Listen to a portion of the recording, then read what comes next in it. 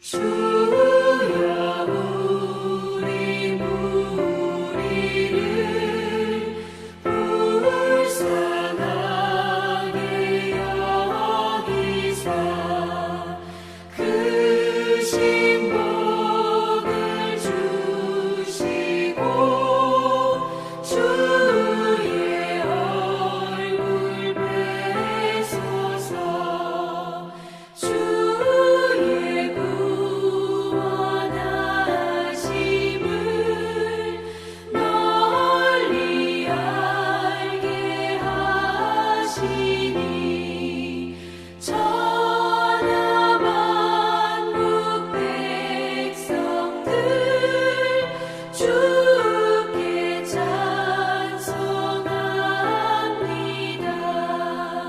주가 다스리시고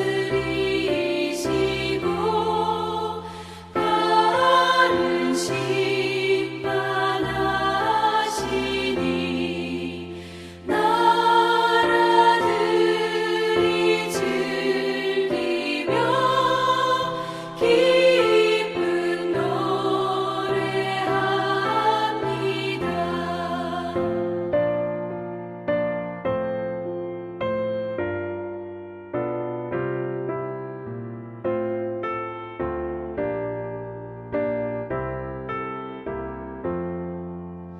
땅에 나는 모든 것 주의 크신 은혜니 모든 나라 백성들 주께 찬송합니다.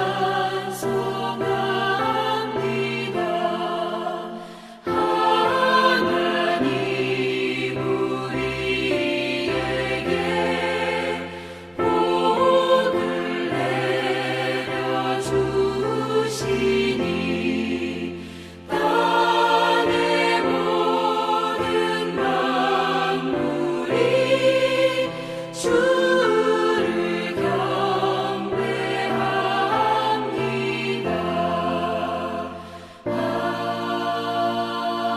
아멘.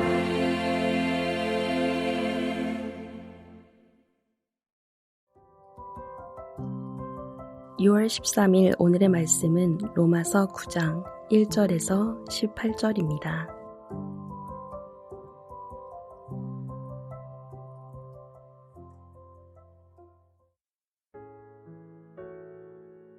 내가 그리스도 안에서 참말을 하고 거짓말을 아니하노라. 나에게 큰 근심이 있는 것과 마음에 그치지 않는 고통이 있는 것을 내 양심이 성령 안에서 나와 더불어 증언하노니 나의 형제 곧 고르게 친척을 위하여 내 자신이 저주를 받아 그리스도에게서 끊어질지라도 원하는 바로라. 그들은 이스라엘 사람이라. 그들에게는 양자됨과 영광과 언약들과 율법을 세우신 것과 예배와 약속들이 있고 조상들도 그들의 것이요 육신으로 하면 그리스도가 그들에게서 나셨으니 그는 만물 위에 계셔서 세세의 찬양을 받으실 하나님이시니라. 아멘. 그러나 하나님의 말씀이 폐하여진 것 같지 않도다. 이스라엘에게서 난 그들이 다 이스라엘이 아니요 또한 아브라함의 씨가 다 그의 자녀가 아니라 오직 이삭으로부터 난 자라야 내 씨라 불리리라 하셨으니 곧 육신의 자녀가 하나님의 자녀가 아니요 오직 약속의 자녀가 씨로 여기심을 받느니라. 약속의 말씀은 이것이니 명년 이때에 내가 이르리니 사라에게 아들이 있으리라 하심이라. 그뿐 아니라 또한 리브가가 우리 조상 이삭 한 사람으로 말미암아 임신하였는데 그 자식들이 아직 나지도 아니하고 무슨 선이나 악을 행하지 아니한 때에 택하심을 따라 되는 하나님의 뜻이 행위로 말미암지 않고 오직 부르시는 이로 말미암아 서게 하려 하사 리브가에게 이르시되 큰 자가 어린 자를 섬기리라 하셨나니 기록된 바 내가 야곱은 사랑하고 에서는 미워하였다 하심과 같으니라. 그런즉 우리가 무슨 말을 하리요? 하나님께 불의가 있느냐? 그럴 수 없느니라. 모세에게 이르시되 내가 긍휼히 여길 자를 긍휼히 여기고 불쌍히 여길 자를 불쌍히 여기리라 하셨으니 그런즉 원하는 자로 말미암음도 아니요 다른 박질하는 자로 말미암음도 아니요 오직 긍휼히 여기시는 하나님으로 말미암음이니라. 성경이 바로에게 이르시되 내가 이 일을 위하여 너를 세웠으니 곧 너로 말미암아 내 능력을 보이고 내 이름이 온 땅에 전파되게 하려 함이라 하셨으니 그런즉 하나님께서 하고자 하시는 자를 긍휼히 여기시고 하고자 하시는 자를 완악하게 하시느니라. 화요일 아침 주님 앞에 나오신 여러분을 환영하고 축복합니다. 우리를 선택하여 긍휼을 베풀어 주신 하나님께 평생 감사와 영광을 돌리며 사는 여러분 되시기를 축복합니다. 오늘 본문은 예수님을 거부하는 자기 동족 이스라엘에 대해 바울이 근심하고 고통하면서 영적 이스라엘은 인간의 행위나 혈통이 아닌 하나님의 선택과 약속으로 세워진다고 선언하는 내용입니다. 여러분, 우리는 일반적으로 믿음이 좋은 부모님을 가진 사람들, 믿음의 가문에서 자란 사람들을 부러워하곤 합니다. 믿음의 가문들은 선조들을 통해서 내려온 믿음의 유산들이 있고 무엇보다 하나님께서 복을 주시기에 자손들이 잘 되는 것 같습니다. 그렇기 때문에 믿음의 가문에서 태어나 믿음의 유산을 받은 사람들은 예수님을 믿기에 정말 좋은 조건을 가진 사람들입니다. 그런데 안타깝게도 이런 사람들 중에도 예수님을 믿지 않는 사람들이 있습니다. 우리는 그런 사람들을 보면 참 안타깝고 아쉽다라는 생각을 합니다. 그런데 오늘 본문에도 그런 사람들이 나옵니다. 바로 유대인들입니다. 유대인들이 어떤 특권을 가지고 있었습니까? 4절과 5절에 그 내용이 나옵니다. 그 안에 8가지의 특권이 나오고 있습니다. 첫째 특권은 양자됨입니다. 이스라엘은 하나님의 아들로 부름받았습니다. 둘째 특권은 영광입니다. 하나님께서 성막과 성전 가운데 거하시며 이스라엘 공동체에 임재하시는 것을 의미합니다. 셋째 특권은 언약들입니다. 하나님은 아브라함, 모세, 다윗 그리고 그의 백성들과 관계를 맺고 복을 약속하셨습니다. 넷째 특권은 율법을 세우신 것입니다.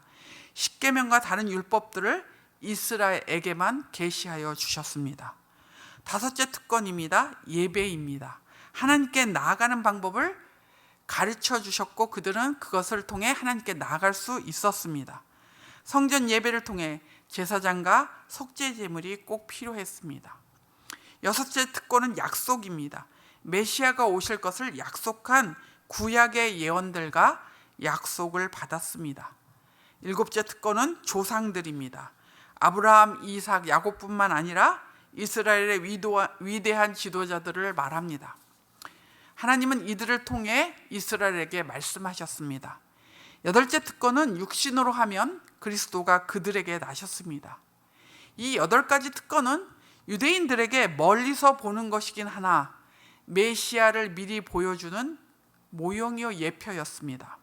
그런데 아쉽게도 이러한 특권들을 가진 유대인들이 메시아이신 예수 그리스도를 거부하고 있습니다. 그래서 사도 바울은 예수님을 거절하는 자기 동족 유대인들의 모습에 크게 근심하며 고통스러워합니다. 유대인들이 복음을 가장 분명하게 이해했어야 하는데 왜 이들은 믿지 않았을까요? 바울은 오늘 본문에 2가지 질문과 답을 하고 있습니다. 첫 번째 질문은 6절에 나옵니다. 하나님의 말씀이 폐하여진 것인가? 라는 질문입니다. 다른 말로 하면 하나님께서 이스라엘에게 약속하신 말씀들이 실현되지 않았기 때문인가? 라는 것이죠. 6절에 그에 대한 답으로 그렇지 않다고 말하고 있습니다. 즉 하나님은 약속을 지키셨다는 말입니다. 즉 말씀을 실현하셨다는 것이죠. 하나님의 말씀이 실현되었습니다. 하지만 모든 이스라엘 사람에게 주어진 것은 아닙니다. 그래서 6절에 이스라엘에게서 난 그들이 다 이스라엘은 아니라고 합니다. 8절에 약속의 자녀가 씨로 여기심을 받는다고 합니다. 11절에서 12절을 보면 무슨 선이나 악을 행하지 아니한 때에 하나님이 택하시고 부르신 참된 이스라엘에게만 주어지는 것입니다. 이삭과 이스마엘에서 이삭이 약속의 씨가 된 것, 에서와 야곱에서 야곱이 선택받은 것은 하나님의 주권에 의한 것입니다. 하나님의 약속이 폐하여진 것이 아니라 아브라함과 이삭과 야곱과 그들의 영적 혈통 안에서 성취된 것입니다. 그렇다면 14절에 이렇게 택하심을 따라 되는 하나님의 뜻은 불의한 것이냐? 라는 것이 두 번째 질문입니다. 하나님의 주권으로 선택하여 어떤 사람은 구원하고 어떤 사람은 구원받지 못하는 것이 불공평한 것이냐는 질문입니다. 사도 바울은 그럴 수 없다고 말합니다. 하나님은 어떤 사람에게 자비를 베푸실 때 일관성이 없이 하시는 분이 아니십니다.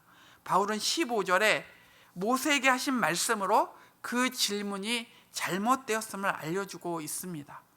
하나님은 긍휼히 여길 자를 긍휼히 여기시고 불쌍히 여길 자를 불쌍히 여기시는 분이십니다. 하나님께서 죄인들을 구원하시고 다루시는 근거는 정의가 아니고 긍휼이기 때문입니다. 그래서 16절에 사도 바울은 이렇게 말합니다. 구원은 원하는 자로 말미암음도 아니요 다른 박질하는 자로 말미암음도 아니고 오직 긍휼히 여기시는 하나님으로 말미암음이라고 합니다. 무슨 말입니까? 우리가 원하고 얻으려고 노력하는 어떤 것으로도 구원을 얻을 수 없다. 구원 얻을 자격이 우리는 없는 존재다라는 것입니다. 오직 하나님의 긍휼하심으로 구원을 얻는다는 말입니다. 하나님의 심판에 대해서 17절에 바로의 예를 들고 있습니다. 하나님이 바로를 완악하게 한 것이 아니라 바로가 완악했기에 그리고 돌이키려 하지 않았기에 하나님께서 그를 그냥 내버려 두신 것입니다. 내버려 두신 것 자체가 바로에게 심판입니다. 여러분, 결론은 무엇입니까? 18절입니다. 그런즉 하나님께서 하고자 하시는 자를 긍휼히 여기시고 하고자 하시는 자를 완악하게 하십니다. 하나님은 하나님의 뜻대로 어떤 사람은 긍휼히 여기시고 어떤 사람은 완악하게 내버려 두셔도 하나님은 불의하지 않으십니다. 이런 진리를 우리가 받아들이고 믿으면서도 우리에게는 여전히 완전히 풀리지 않는 질문이 남아 있습니다.